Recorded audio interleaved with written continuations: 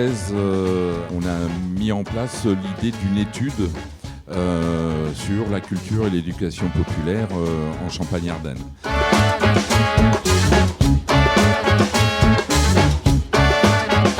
On vient pour voir ce que c'est le dispositif de parlement éphémère. Nous, notre structure a participé aux commissions préparatoires et donc on vient donner notre avis sur l'avenir de la culture et de l'éducation populaire en France et en Champagne-Ardenne notamment. Julie Lecor. Monsieur Bardin. Vous venez de quel organisme ? De la Fédération régionale des MJC. Moi je suis Madame Beck. Simon Faury. Je m'appelle Jean-Claude Daniel, je suis le président sortant de l'ORCA. Valentin Arnaud. Je suis Raphaël Garcia, je travaille à la direction régionale jeunesse et sport et cohésion sociale. Alors Claire Perrus, administratrice de l'Institut international de la marionnette. Frédéric Petit, conseillère pour l'éducation artistique et culturelle à la DRAC Champagne-Ardenne. Loïc Mellet, je suis conseiller action culturelle à la DRAC Champagne-Ardenne. Moi, ce qui sera intéressant de voir pour moi, c'est un petit peu ce que les gens en fait, voient, comment voient effectivement le monde des sourds, comment ils s'imaginent la culture sourde, le monde des sourds, etc.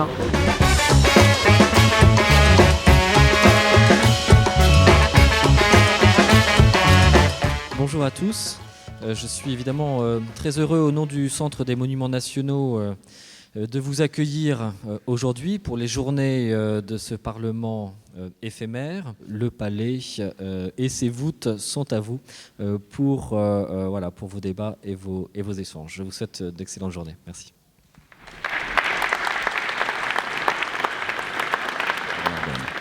Je crois qu'il y a beaucoup d'acteurs de l'éducation populaire qui font des choses sur les territoires et je crois que c'était important d'avoir un éclairage sur ce qui se passait. Alors on a commencé benoîtement par le traditionnel questionnaire qu'on a envoyé. Alors sur la cartographique et sur la gauche, de temps en temps vous allez voir passer une diapo sur les contributeurs à ce questionnaire.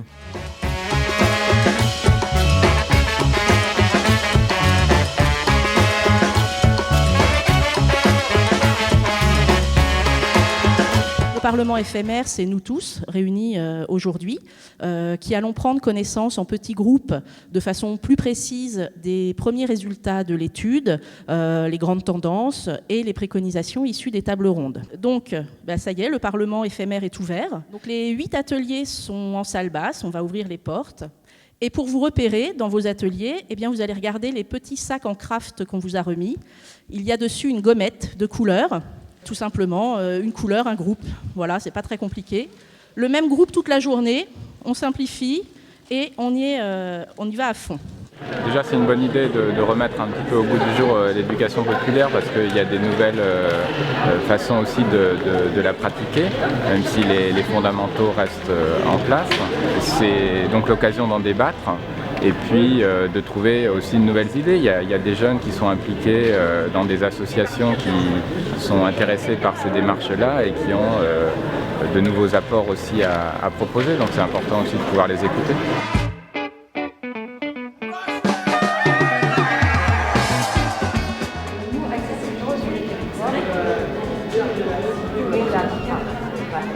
Comment se distille l'éducation populaire ? Au sein de la DGCA à Paris, enfin la Direction Générale de la Création Artistique, eh bien, il y a un service des pratiques amateurs qui est tout à fait intéressant. C'est-à-dire que dans ce gros mastodonte qui est encore le ministère des Artistes, eh bien, il y a quand même le ver dans le fruit. Vous savez, ce sont d'énormes machines, ça. L'État est prisonnier aussi de ces 50 ans où il a dit « je suis le ministère des Artistes ». Alors on récolte un peu toutes les idées qui sont sur les tableaux des différents ateliers pour les remettre après sur Twitter pour tous ceux qui ne peuvent pas tweeter en direct. Et puis il faut qu'on reprenne tous les petits post-it qu'il y a là, sur le papier, là. Et on essaye de synthétiser un petit peu tout ça pour que ça puisse réagir sur Twitter. Il en ressort 2 sujets sur lesquels on a envie de se pencher cet après-midi prioritairement, avec toutes les idées qui sont sorties. Un sujet sur la question de la formation et du fait d'essayer de réfléchir à des formations qui permettent la rencontre des acteurs, parce que c'était un deuxième sujet qui nous posait question. Et puis un deuxième axe qui va concerner l'expérimentation de nos pratiques, pour essayer de sortir un petit peu des pratiques classiques les uns les autres.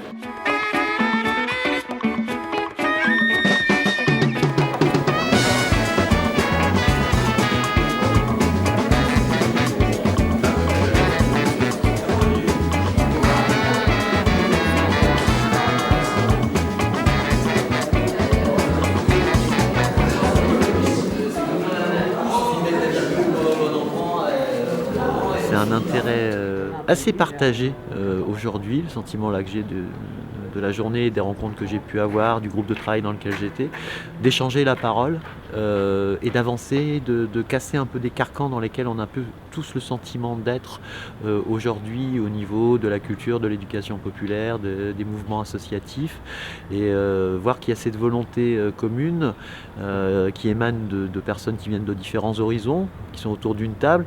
Bah, rien que ça, c'est déjà revigorant.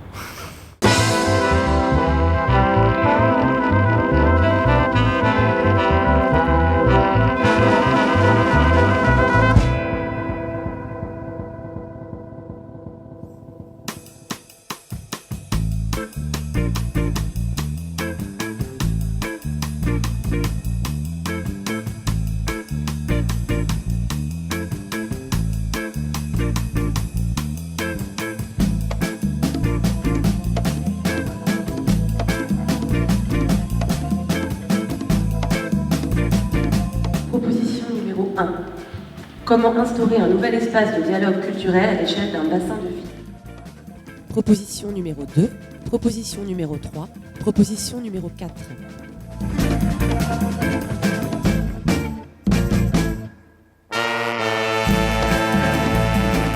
Je défends cette idée de prime à la coopération sur un simple constat qui est celui de l'intercommunalité. Dans les années 80, quand les intercommunalités, en tout cas culturelles, se mettaient en place, ou même l'intercommunalité tout court, il y avait vraiment un effet régulateur des lois et de l'État qui, par le biais, par exemple, je dis bien par exemple, des dotations, il y avait des sous en plus parce que les collectivités apprenaient à travailler ensemble. Et donc, cette idée d'apprendre à travailler ensemble me paraît être bien dans cette coopération. C'est l'idée, en tout cas, que je défends et qui ressort à travers les groupes, c'est de défendre cette culture, de plus la développer, cette culture de la coopération. Sortir de la logique actuelle qui est une logique de quantité, combien d'utilisateurs, dans quelle zone géographique, etc., qui sont souvent les petits indicateurs qu'on nous écrit sur nos documents CERFA, mais plutôt parler de qualité. Et c'est ce qu'on fait tous quand on fait notre bilan annuel d'activité. Tu vois ce que je veux dire? Oui, bah c'est chiant, hein, 1 minute 30, hein, parce que j'ai pas fini. Je prends un autre ticket, croque. On passe au vote. Qui est pour? Merci beaucoup. Qui est contre? Alors, nous avons pour cette proposition 41 personnes pour et contre 10.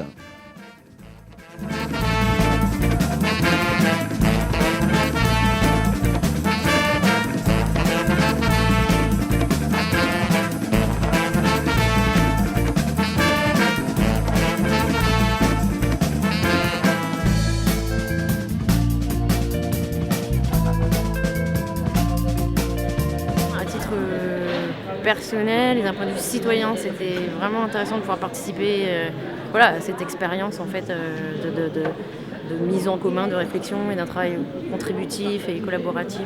Voilà.